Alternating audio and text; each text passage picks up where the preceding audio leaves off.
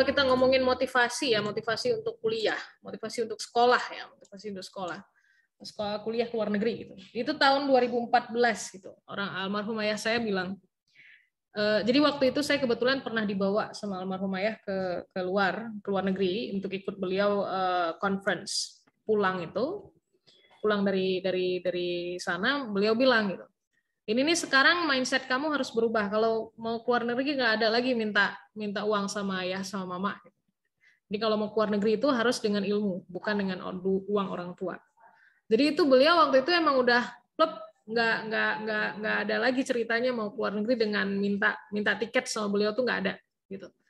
Syaratnya ya udah gimana caranya dengan ilmu, karena beliau juga dulu waktu masih muda pertama kali keluar negeri juga dengan ilmu ya istilahnya untuk S2 gitu. Itu akhirnya membakar semangat saya. Ini gimana caranya saya harus bisa nih keluar negeri. Saya kayak pengen sekali tuh travel ke luar negeri. Pokoknya gimana caranya saya harus bisa. Tapi ini dengan ayah bilang seperti itu, ya berarti saya harus berjuang gitu dengan mencari beasiswa. Nah, sekarang kita ngomongin mengenai beasiswa LPDP. Mungkin ada yang pernah dengar ya, pastilah sudah pernah dengar beasiswa LPDP ya. Beasiswa LPDP ini beasiswa dari kementerian yang dikelola oleh Kementerian Keuangan ya. Jadi dia memberikan beasiswa, sebelumnya itu hanya untuk S2 dan S3. Nah, semakin waktu berjalan ada banyak lagi program-program yang dibuat oleh LPDP, skema beasiswa ada itu. Nah, termasuk juga kemarin ya, sekarang belum dibuka, tapi kemarin ada skema beasiswa untuk S1 ke luar negeri maupun dalam negeri. Dan juga ada pengembangan dana, dan juga skema riset. Gitu.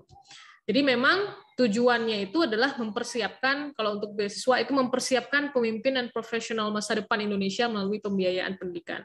Jadi ramai sekali yang sudah dibiayai sekolahnya oleh LPDP ya, baik luar negeri maupun di dalam negeri, itu akumulasinya sudah ada 26.312 orang nih. Sebentar, saya mau anonim di sini. Nah, 26.312 orang sudah akumulasinya, dan ongoing ini sekarang ada 6.000 orang. Ini yang sedang melaksanakan studi. Nah, ada alumninya yang sudah pulang ada 13.000, termasuk saya salah satu di sana gitu, di dalam 13.000 ini. Jadi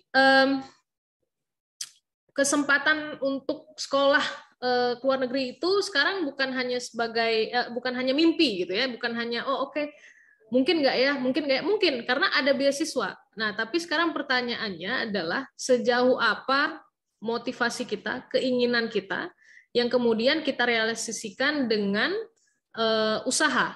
Jadi nggak bisa mimpi itu cuman ya mimpi. Pokoknya saya pengen kuliah di universitas top dunia, tapi ya udah cuman pengen aja. Nggak boleh seperti itu, nggak bisa. Jadi mimpi itu harus dikejar.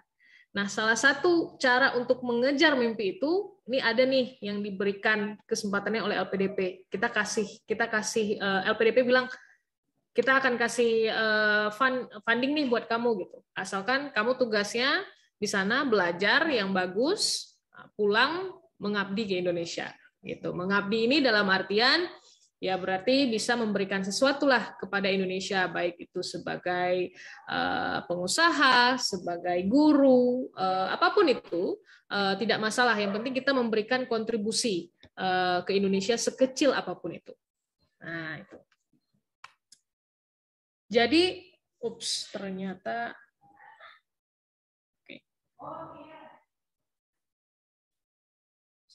ya.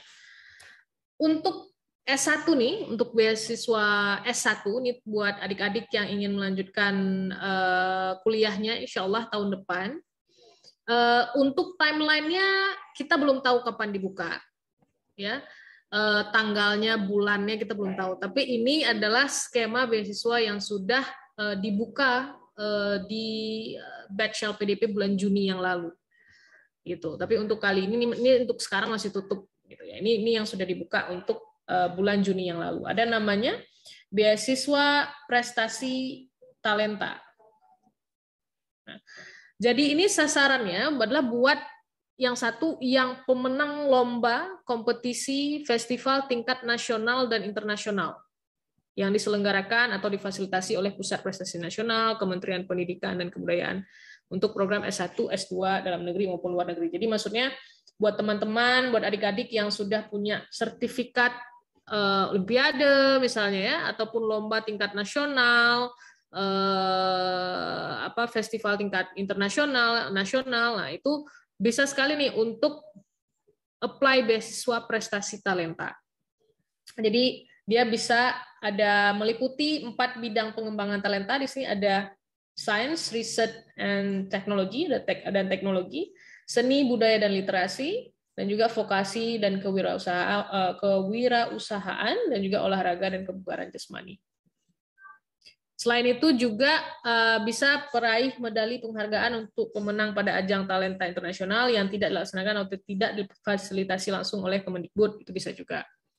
Ya, kemudian peserta didik prasejahtera gitu ya. Kalau misalnya nggak ada, gimana nih kalau misalnya saya nggak ada sertifikat lomba ya, tidak bukan pemenang lomba gitu. Gimana misalnya bisa nggak saya apply beasiswanya? Bisa, asalkan adik-adik bisa lulus di 15 perguruan tinggi utama dunia. Jadi kalau sudah ada letter of acceptance dari 15 perguruan tinggi dunia itu boleh apply. Gitu. Jadi memang ini dicari adalah anak-anak berprestasi, ya baik itu maupun punya sertifikat lomba atau kompetisi festival tingkat nasional atau internasional, ataupun yang tidak punya sertifikat menang atau medali, bisa juga, tapi bisa accepted di 15 perguruan tinggi utama dunia. Itu ada listnya. Nanti saya akan perlihatkan list dari universitas yang 15 ini.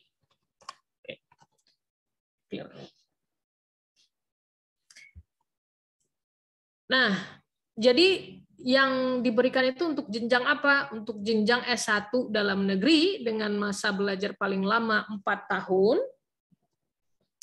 Juga bisa ke luar negeri dengan jenjang dengan masa belajar paling lama 4 tahun juga. Jadi tapi yang tidak bisa kedokteran. Jadi kalau misalnya ada adik-adik yang mau masuk kedokteran, unfortunately untuk saat ini belum bisa apply beasiswa prestasi talenta. Jadi untuk semua jurusan selain kedokteran. Ya.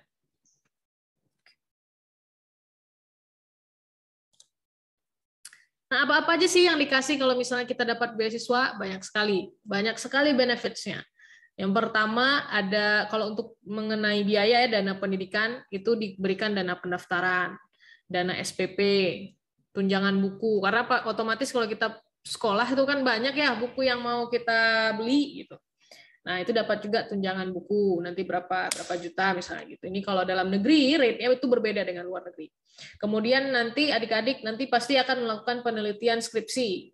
Ya, saat melakukan penelitian itu jika butuh dana akan dibiayai, gitu. Diberikan proposal nanti akan dibiayai. Jadi kemudian dapat juga dana transportasi. Misalnya nih kalau dalam negeri mau kuliah kemana, UI gitu, misalnya transportasi dari Banda Aceh ke Jakarta itu akan diberikan tiketnya. Kemudian asuransi kesehatan diberikan juga, biaya hidup bulanan. Dan biaya hidup bulanan itu tergantung dengan kota tujuannya. Misalnya ada yang mau ke Jakarta, berarti nanti berapa sih biaya hidup bulanannya itu akan disesuaikan, berapa kira-kira di Jakarta sebulan. Itu akan sama dengan teman-teman yang lain yang pilih ke Jakarta. Nanti yang di Bandung mungkin akan berbeda rate hidup living allowance-nya. Yang keluar negeri nanti beda lagi gitu. Dana kedatangan ini kalau misalnya baru ke Jakarta ya, misalnya ambil contoh di Jakarta, kita kan baru pindahan nih dari Banda Aceh ke Jakarta. Banyaklah dana-dana yang kita perlukan ya untuk kita settle di Jakarta pertama kali. Nah, itu diberikan dana kedatangan namanya. Dan juga ada dana keadaan darurat.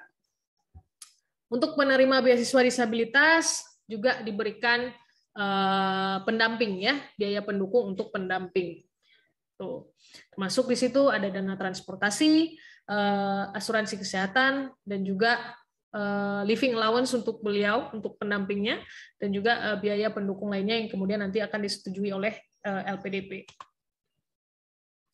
Kalau untuk luar negeri kurang lebih sama, ya sama biayanya yang diberikan, kecuali satu mungkin yang berbeda ini ya, ada dana aplikasi visa kalau ke luar negeri. Nah itu juga nanti akan dibiayai gitu oleh LPDP. Kalau yang lain sama, hanya saja mungkin ya SPP-nya ya tergantung at cost ya. Kalau SPP-nya di luar negeri bisa jadi SPP-nya satu semester itu 200 juta misalnya gitu.